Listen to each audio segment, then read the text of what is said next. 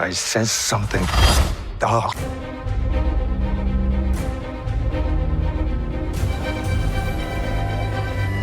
Welcome back to the Real Cinema Squad. I'm Austin, this is Roman, and that's Ty. And we are here to talk about the premiere of The Acolyte, the new Star Wars TV show. Honestly, that has had a lot of buzz around it. For some, much anticipated. For others, people are worried, is this going to be another flop? Just like previous shows, people are getting really tired of feeling like they can't trust Star Wars to be good. And so we're here today to talk about what we thought of the show, the first two episodes, what we liked, what we didn't like. But guys, before I jump into that, I really want to just set the stage here for maybe those who don't know what this is all about. Because for casual Star Wars fans coming into this, they're like, well, how does this connect to the Skywalkers? What is this all about? And so this is before The Phantom Menace. This is before the original movie, 6 movies, the prequels. This is about 100 years before Phantom Menace, before we really get into the whole finding young Anakin, Qui-Gon, Obi-Wan, that kind of thing. And so this is essentially the height of the Jedi Order. For those who are fans of the Old Republic, personally, I wish they would have done an Old Republic show or a movie, but this is kind of Disney's new idea of an in-between of the height of the Jedi Order, and so this is what we're getting. For those nerds out there, this is around 132 BBY, which stands for before the Battle of Yavin, which Battle of Yavin, if you guys remember, was the battle in New Hope.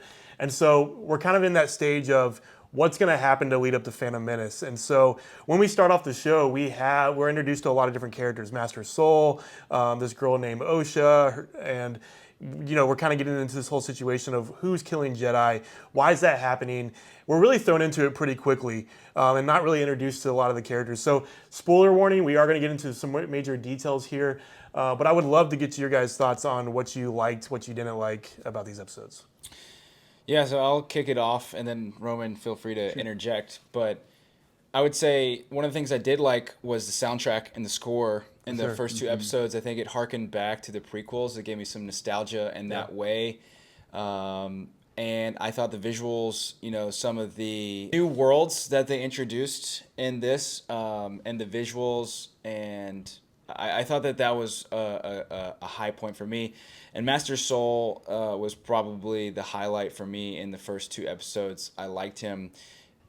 He's going to be like the wise master, kind of like what we would hope would be like a replacement for Master Yoda. Not that you'll ever replace Yoda, but I think he's supposed to be that figure in this show. And you can see that he has qualities and attributes of like what you would think a Jedi should be. Like he has compassion, he believes the best in people, and even in people that are being accused of heinous crimes, he believes the best in them and senses something else is at play, and it comes to fruition. But yeah, those are probably the highlights for me of the positives. Interesting you said that about Master Soul. I read an article that was saying the actor actually studied Liam Neeson's character, Qui-Gon Jinn, because he really admired that character. And so I definitely don't think he's Qui-Gon Jinn level, but I do think out of all the Jedi they introduced in the show, he was the strongest. I mean, that Yord, the Jedi Yord, the guy that was following around with his Padawan, honestly, his character kind of changed back and forth between like goofy to not really understanding what's going on to all of a sudden very like confident and that kind of thing. And just the characterizations were really weird. And so I felt like Master Soul was really the thing that was honestly holding those scenes together. But I also agree with you. I think the score, there were a couple times when you and I were watching it, Ty, we looked at each other and we're like, that sounds like the music from Attack of the Clones. Yeah. Because I think they tried to invoke that prequel quality there. Yeah. So I did appreciate that, because other shows like Obi-Wan Kenobi and Andor, maybe some of those other shows, I don't feel like had great music. No. And this was the first one in a while that actually, other than the animated stuff, that made me feel like, oh, this is Star Wars music. Which music is so synonymous with Star Wars, because it was John Williams, more so than I'd say like almost maybe any other film franchise. Music is so synonymous with every single thing that happens in Star Wars. So I think you're right. I think the music was quite a strong point for me. And I think the visuals too. I mean, Roman, I know you agree with this as well. I mean, they definitely this show cost $180 million to make, which was way more than Kenobi got. And personally, why you're giving this much money to shows that aren't established characters versus somebody like Kenobi is beyond me. I have a lot of complaints about that. I'm not going to get into it. But you can definitely tell that it was better quality than the other shows. And so I appreciated the visuals there. Yeah, I thought they had some attention to detail. I think they tried to harken back to some of the old Star Wars movies, and I think they did a good job in spurts.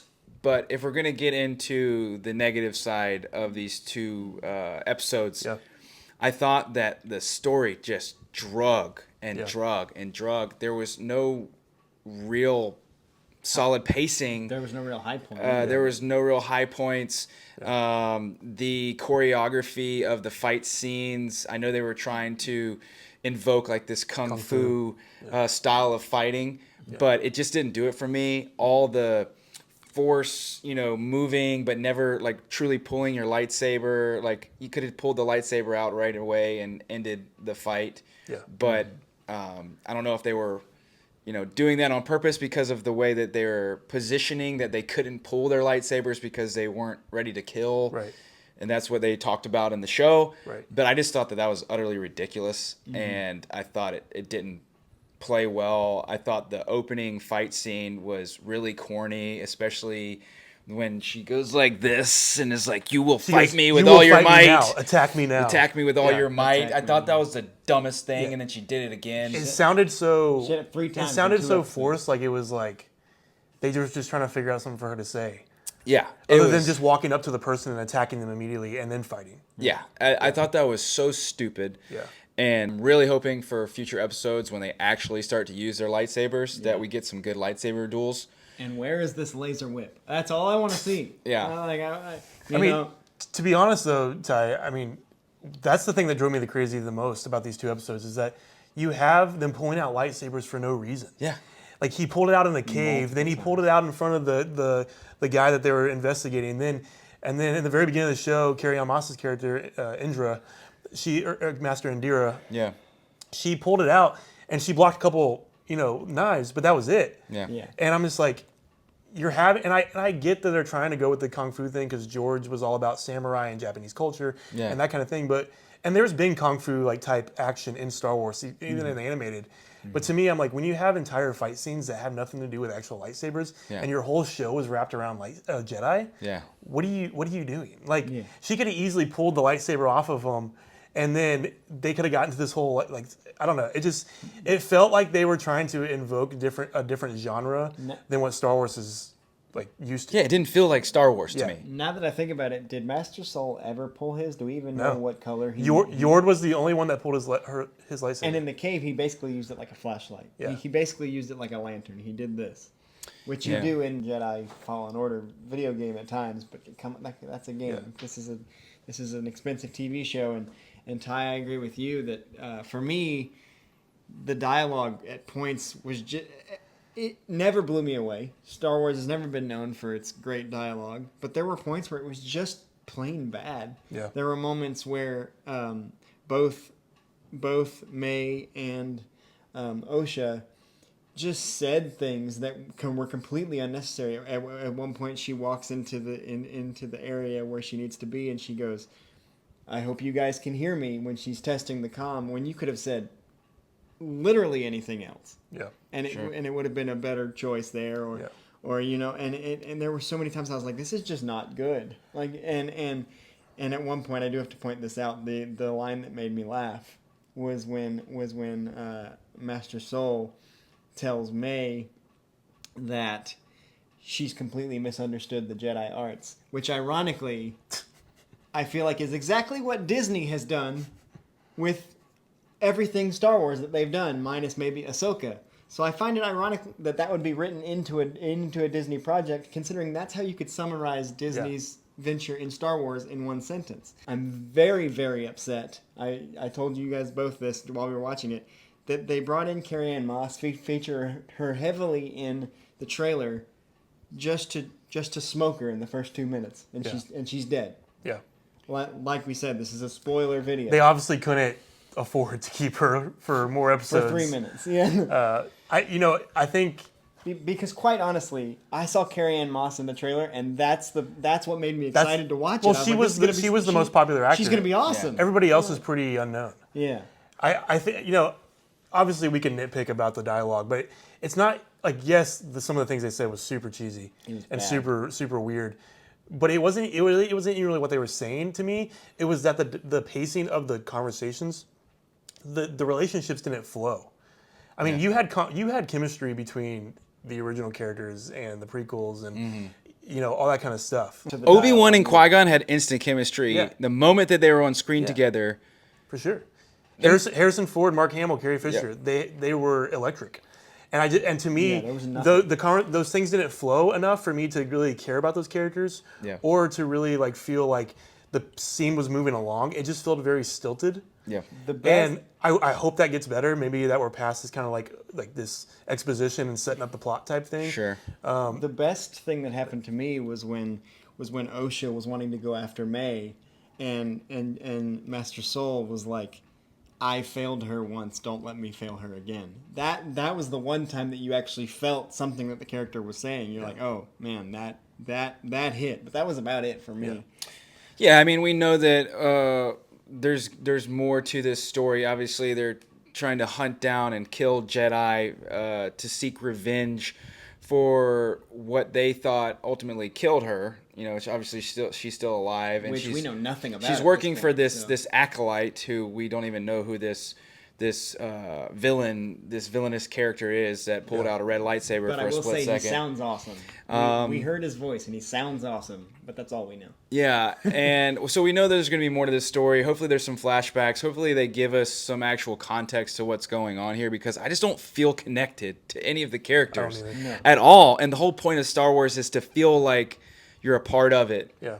And there's nothing that grabs There's nothing that grabs you. I'm indifferent. Like, if you were to say, hey, you can't watch the rest of this show, I'd say, Be like, sure. okay, no big deal. I mean, that's the last thing I said to you when we finished the episode. I was just like, there's nothing interesting enough to keep me watching this show. Even in the opening moments of Rogue One, where you meet Jyn Erso and her father on the farm, you're like, oh, I like these people. Like, I hope everything works out. You know, like, it doesn't have to be, oh, we're introducing characters and it falls flat. When you're doing a new thing, too often now the reason that some of the new stuff fails, that we see sequels and reboots and that kind of thing, is because you get these characters and you're like forced to care about them without any real reason at all. And there's obviously ways to get you to care about new characters. Yeah. That's what news stories is all about. Yeah. But that goes back to the writing, which this obviously didn't have. I think overall, really our thoughts are that the pacing could be better, the dialogue could be better. We really don't care too much about these characters, at least not yet. Mm-hmm. I hope that changes. The visuals are great, the music's great, but there needs to be substance in Star Wars between character development, things that are said. There's always a lesson, especially with Jedi. Yep. I don't feel like I've gotten that in these first two episodes. Last things, a couple things that I thought were really cool was in the first episode we got to see the Trade Federation, and it was kind of a callback to Phantom Menace. Yep.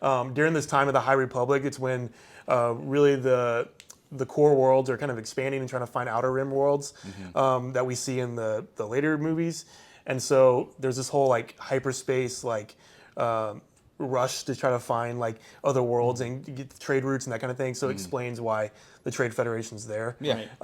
So that was cool to see. At the end of the second episode, we got to see the Wookiee, who apparently is a Jedi. So I'm a fan of Wookiees. I know you guys are too. So hopefully this character is pretty cool. We haven't seen a Wookiee Jedi other than Gungi and the animated stuff. And so really hoping for more, but so far this seems very lackluster. I'm hoping that all the people out there just like hating on this show that has seen more episodes are wrong. I really hope that this actually turns out to be something better, but only time will tell. So please let us know in the comments what you think. Like this video and subscribe to our channel, and we will see you next time.